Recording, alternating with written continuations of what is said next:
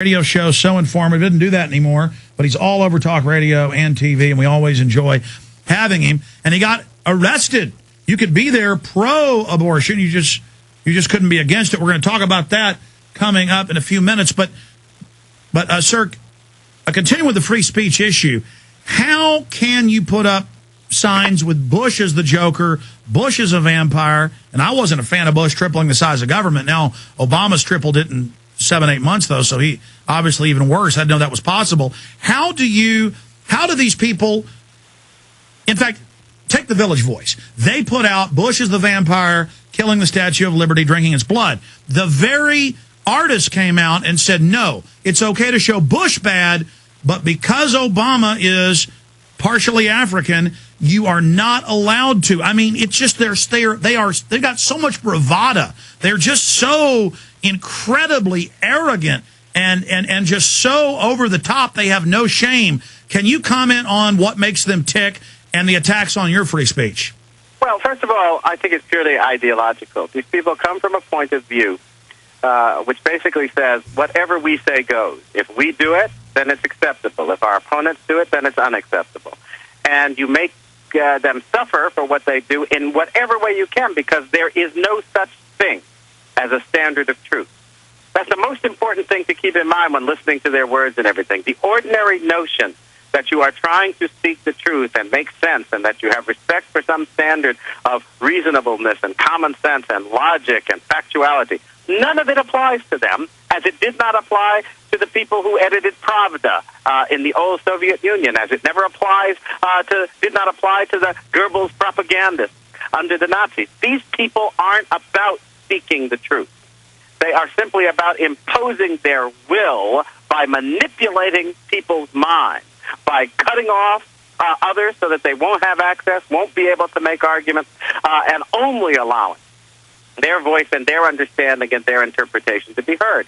And they are moving forward to implement that understanding, which, of course, is contrary to everything that Americans have professed to believe over the course of pretty much our entire history, since that notion of free and open and sometimes even raucous discussion and debate has been a hallmark of what our society is all about. But now that's being thrown away. Ambassador, specifically, you've grown up, lived in Illinois. You know him as a state senator, as a U.S. senator. You're aware of his activities. So can you give us a snapshot of him? Because I mean, specifically, here's the question, though.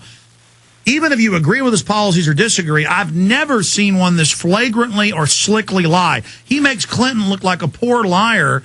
He's a great actor. He should be in Hollywood, because he gets up and says, I will have no lobbyist anywhere. They will not write the laws. He hires more than anybody ever has. He says, I'll have total transparency. He keeps all of Cheney's secrecy and more, and then even makes it secret who comes to the White House where you even worked, taking it to a new level. So can you comment on knowing who he really is and how he seems to enjoy lying, and one of the few people I've seen who can lie and it looks like he's telling the truth?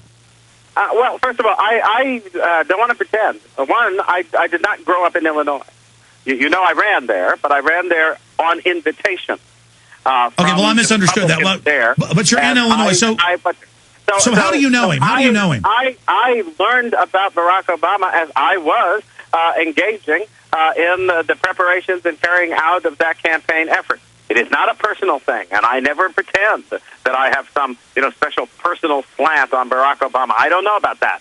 What I do know, I know from facts, from the positions he's taken, and from the facts that one can garner and that are now being shared more on the Internet and elsewhere, but that were hidden from the American people because the media claque of the Obama faction, the people who are kind of stupefied by their zealous support of Obama, did not share these facts with the American people. And so they were promoting a false understanding. So in a sense, I came at Barack Obama from an objective point of view, not from a point of view of any kind of special knowledge or animus of any kind. Like a lot of Americans, I didn't even know him from Adam. All right, let me just stop you. I just figured that you were just an obscure little state senator that nobody had ever heard of until he started being pushed. And what's interesting is when you get to know more about his background, there were forces that were obviously helping to move him along. There are questions about who funded his education and all of these kinds of things. It looked like somebody had it in mind to prepare him for us, even though they weren't preparing us for him. Okay, well, I apologize for my ignorance. I figured since you were running in Illinois and since you knew, I mean, I remember seeing you a year and a half, 2 years ago, speeches on YouTube, hearing you on the radio. You were so accurate about him, I was just guessing that you must have been in and around him in politics. But I guess you just did a crash course in research when you saw him being pushed and propelled by all these special interests. Sometimes you can be accurate simply because you bring an objective state of mind to the facts and are willing to let them instruct you. And that, I guess, is all I can claim in terms of any understanding. Okay, good. Break down then who he really is and what he would like to do if we weren't blocking him right now. What would Barack Obama be doing? Who is he? Well, I think Barack Obama wants to, and at the very least, to impose a Chavez-style socialism on the United States, and to do so in a way that alters our Constitution. He has no respect for the Constitution, believes that the whole idea of limited government constrains the government from doing what the elitists think is good and interferes with their freedom of action. And therefore, he wants to throw it out the window. They also seem to believe in what you might call a majority tyranny. So that if you win an election, you then have license to do whatever you want and no longer have to pay any attention to individual rights, to the rights of the minority groups of voters that don't support the things you're doing, all of that overthrown. The patterns are patterns that we see in contemporary life with somebody like Chavez, and they're patterns that we have seen in the past, as I've been saying, with these other socialist regimes. So none of it in that respect is surprising.